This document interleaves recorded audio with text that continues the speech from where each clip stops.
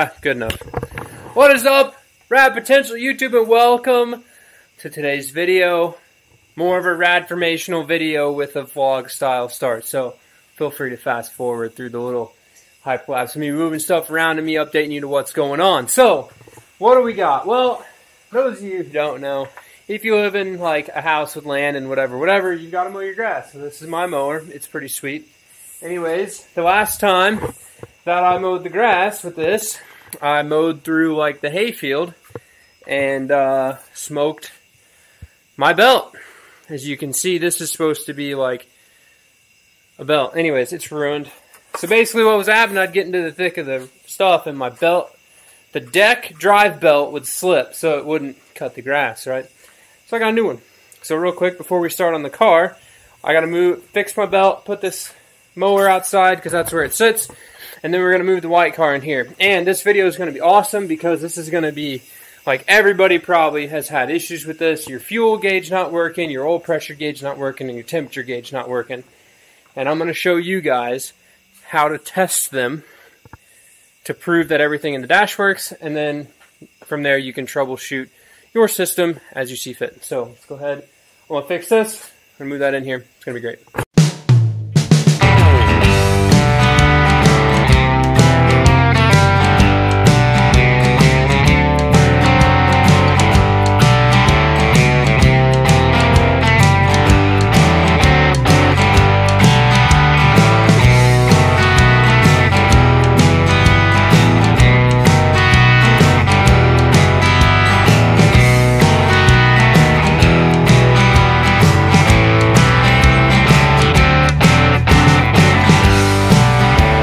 Alright, y'all.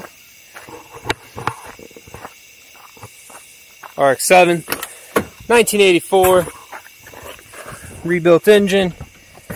Been playing with carburetor stuff, been having some issues with it starting.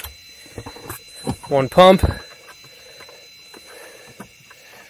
Allows the choke to set. Choke's locked out. Clutch in.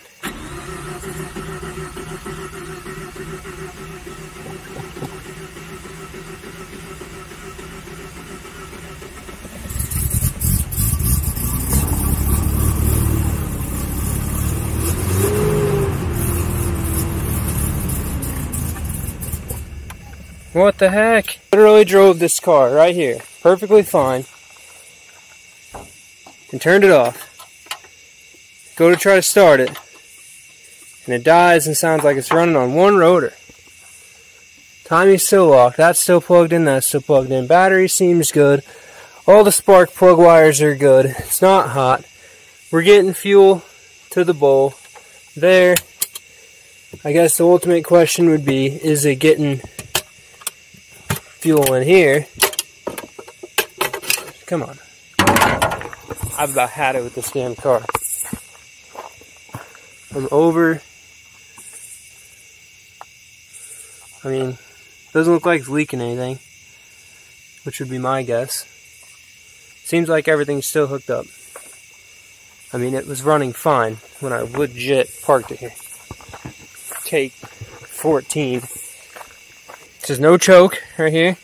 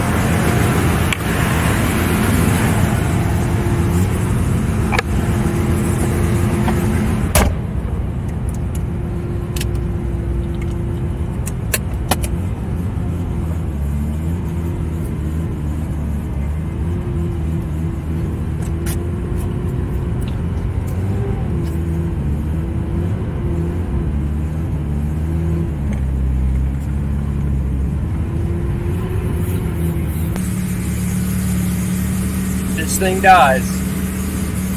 I'm just so mad.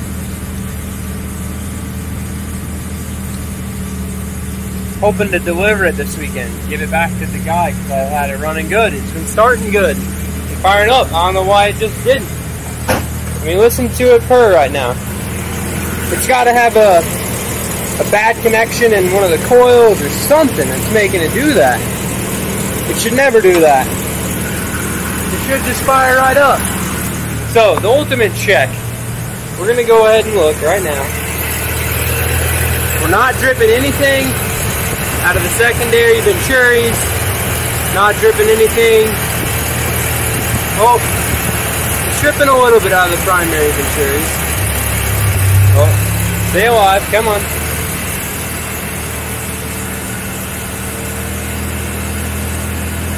But it is kind of normal for it to draw a little bit.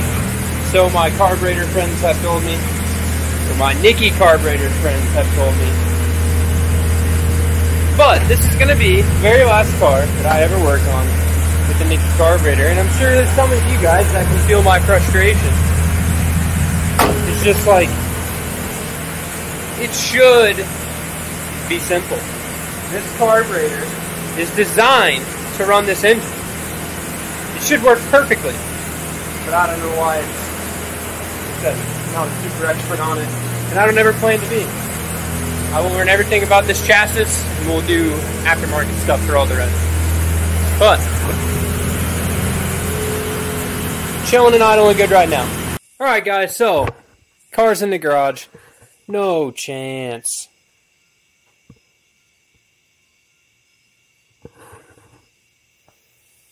Just fixed a water leak, and it's leaking water again. Looks like from the front I can see the mess down in here. Oh, cars. Well, I guess I'll look back into that. Okay, anyways, the reason you guys are here. So, these are 3 of the sensors of which your dash reads. Okay, so you have a fuel level sensor right here. Goes up and down. Tells you how full your gas tank is. This is your oil pressure gauge sensor here. And this is a coolant temperature sensor. Now, where 2 of these are located on the car, the other one you should know. 2 of them, the oil pressure and your temperature gauge, are located down here under the oil filter. Okay? So if you look down in there, you can see the temperature gauge, nice and shiny, and the oil temperature or oil pressure sensor right there with the plug on the end of it that's perpendicular. So,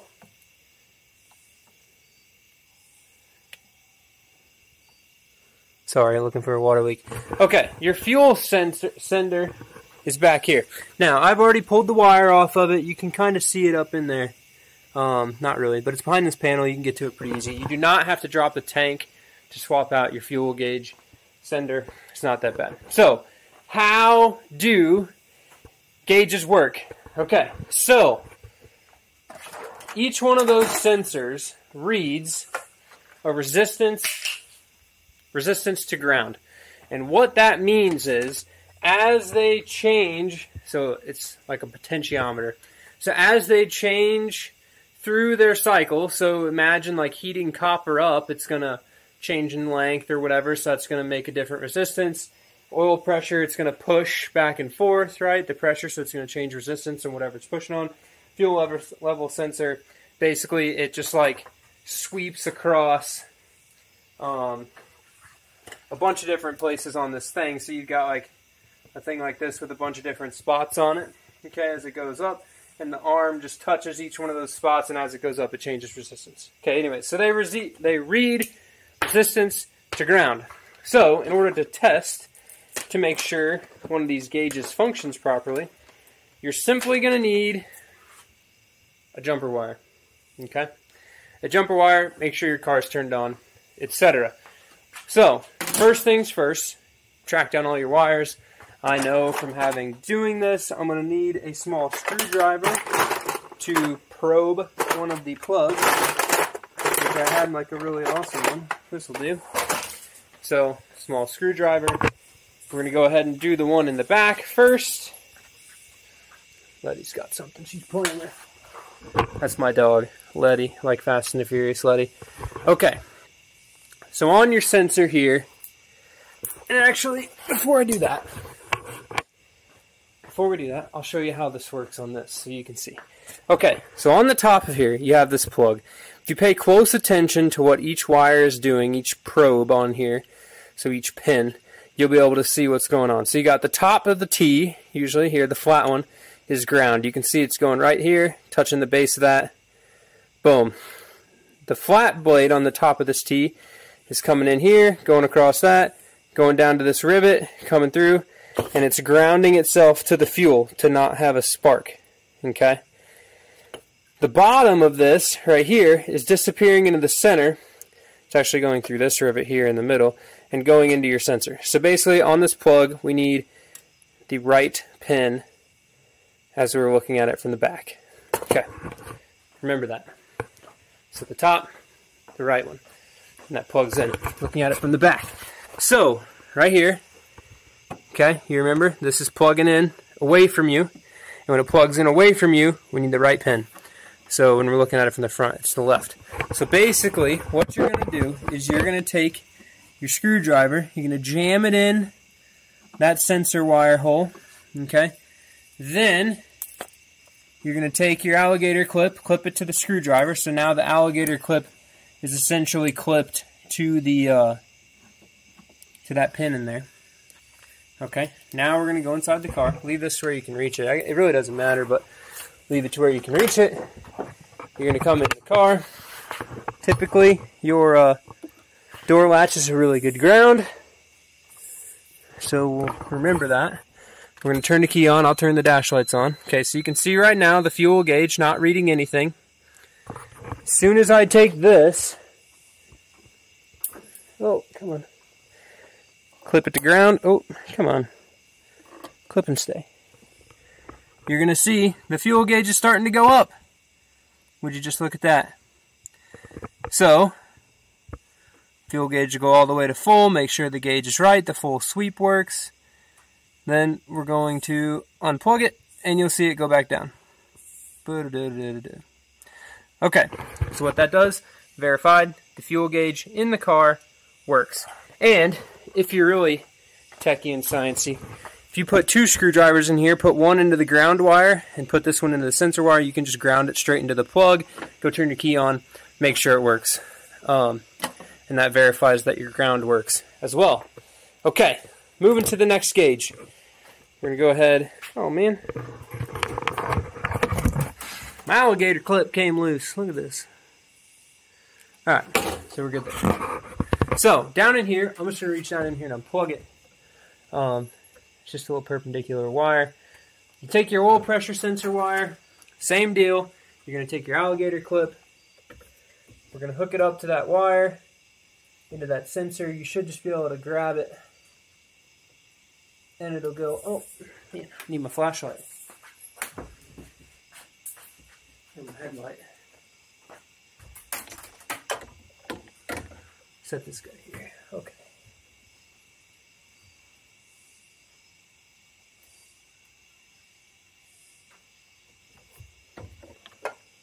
Okay. So, I'll show you down in there. We're connected to the oil pressure sensor wire. I'm not going to be able to like super ground this from inside the cabin, so I'm going to go ahead and clip it to a known ground. Alternator's grounded. So now, as soon as I turn my key on, as soon as the key goes on, the oil pressure should start going up, which the key is already on, and the oil pressure is not going up. Notice right here, we got no oil pressure. Let's check our connection. Make sure we got a good connection here. Let's put you over here. I did turn the key off that time. Oh, looks like we're hooked on the plastic, not the metal. No problem. I can change that real quick. Okay. Now we're hooked on the metal. Don't clip it onto the plastic of the plug. Notice oil pressure through the roof. You can see it jumped up to 110 there. I'll turn the key on, it'll go back through the sky. Click.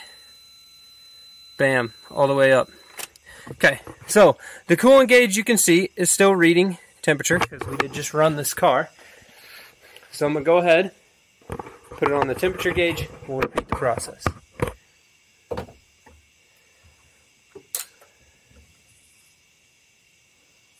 don't need to plug that back in.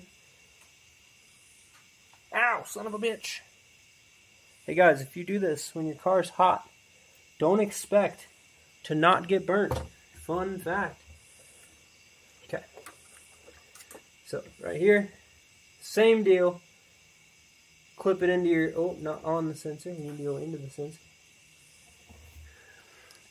Clip it into the sensor. Make sure it's grounded. Come to the inside of your car.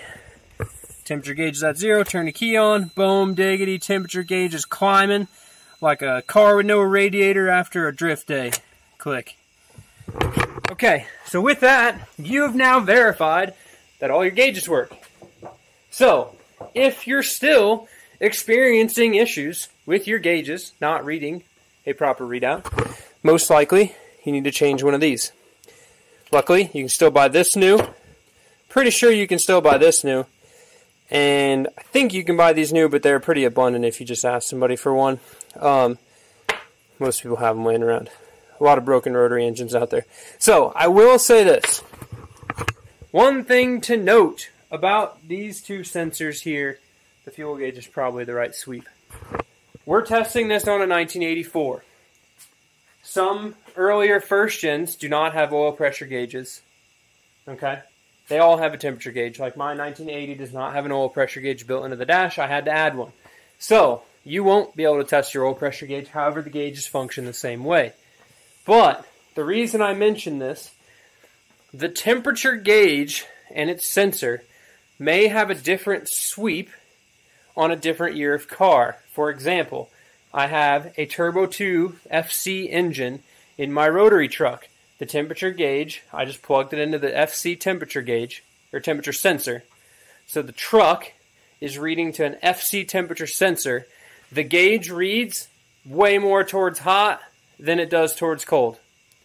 Okay, it's not overheating, I promise. If I had the regular old school one like this, the bullet style like this, the gauge reads more towards cold than hot. So it's because the sweep of the resistance in here is different between those generations of car.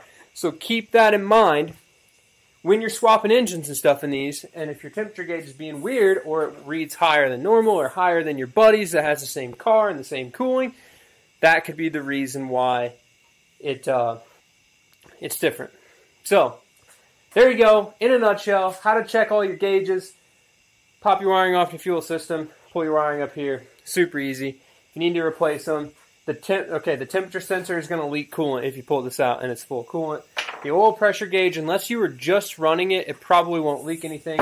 The fuel gauge, unless you have a triple full tank, probably won't leak anything as well. So, keep that in mind. I am going to go bang my head into a wall as to why this is still leaking water, and I am really irked as to why it's leaking water from back there. And you know what's really going to irk me? What's really going to irk me? Let's find out right now. Let's find out if I'm going to quit at cars or not. Okay, we're good. The thing I was going to say is that it's really going to irk me is if it's coming out of this exhaust flange right here. Because if it was coming out of the exhaust flange, that means that the coolant seal is busted and I'd have to take this engine apart again. And we're not doing that. So, with that, thanks for watching. I hope that I helped you solve your gauges. There's a lot more how-to stuff on the YouTube channel as well as vlog-style videos. Every now and again, I'm going to try my best I have. If you've made it this far in the video, I really appreciate you, but you'll appreciate me because I have bought a new light, like a flashlight thing to go under my new camera, and I have bought a external microphone to go on the new camera, and those should be here by the end of the week. So, I'm excited to do that. I've improved my workflow in editing, and the reason it took me a couple days to get this last video edited with the new camera is because I had my export settings wrong, and I was exporting it to some crazy stuff YouTube couldn't process, just because I had it set to match the source, and on my other camera it didn't really matter. So, oh, here. You want to see something really crazy? This is really crazy. Besides the dog barking at nothing. Watch this. Okay, car's been sitting just for a little bit here. Key on. Watch this. Didn't even have to touch the throttle. What even is this? Runs flawless. Why didn't it just start out there cold? Should have more compression cold, right? Stupid carburetors and condensation in humid Tennessee days. We'll see you on the next video. Thanks for watching. Keep it rad.